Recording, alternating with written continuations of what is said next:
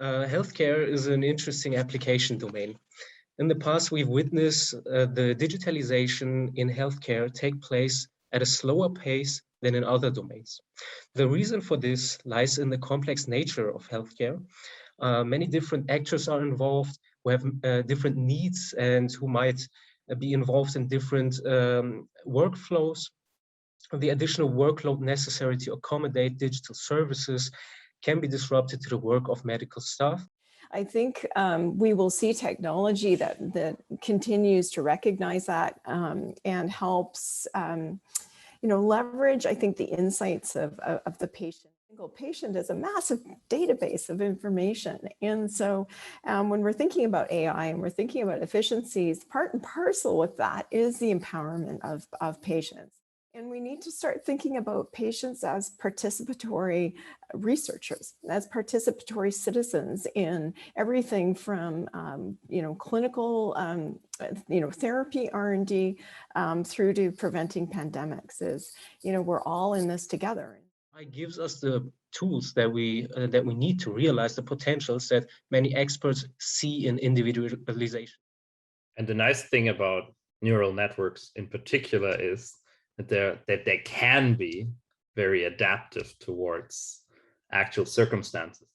When it comes to AI specifically, we often see both patients but also regulators to mention the black box effect.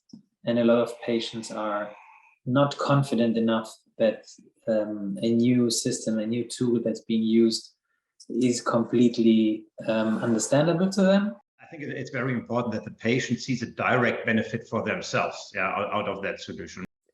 It's a balance, right? You absolutely want to be privacy and regulatory compliant, but you want to make it accessible and easy to use. And privacy by design is just a great set of guidelines to do that. Working globally, then it's very difficult. So you have to think about federated learning systems where you train your algorithm then in individual countries and bring it somehow together.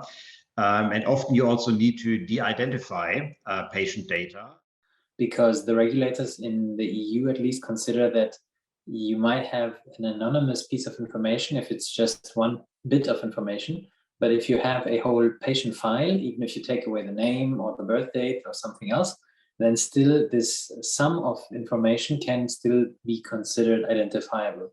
So that's a major challenge for a lot of healthcare applications, especially those based on big data or machine learning capabilities. Really the start of changing how we think about healthcare, not dividing it into the sick and the healthy people, but really monitoring people over time so that we can predict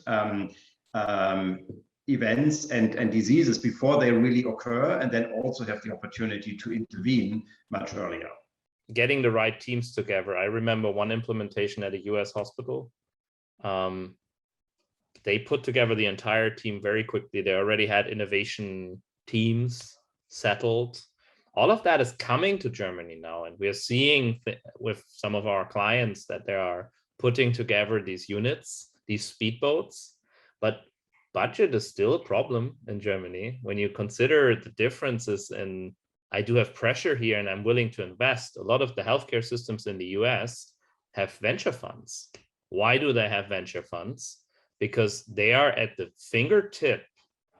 They're at the patient already. So why shouldn't they?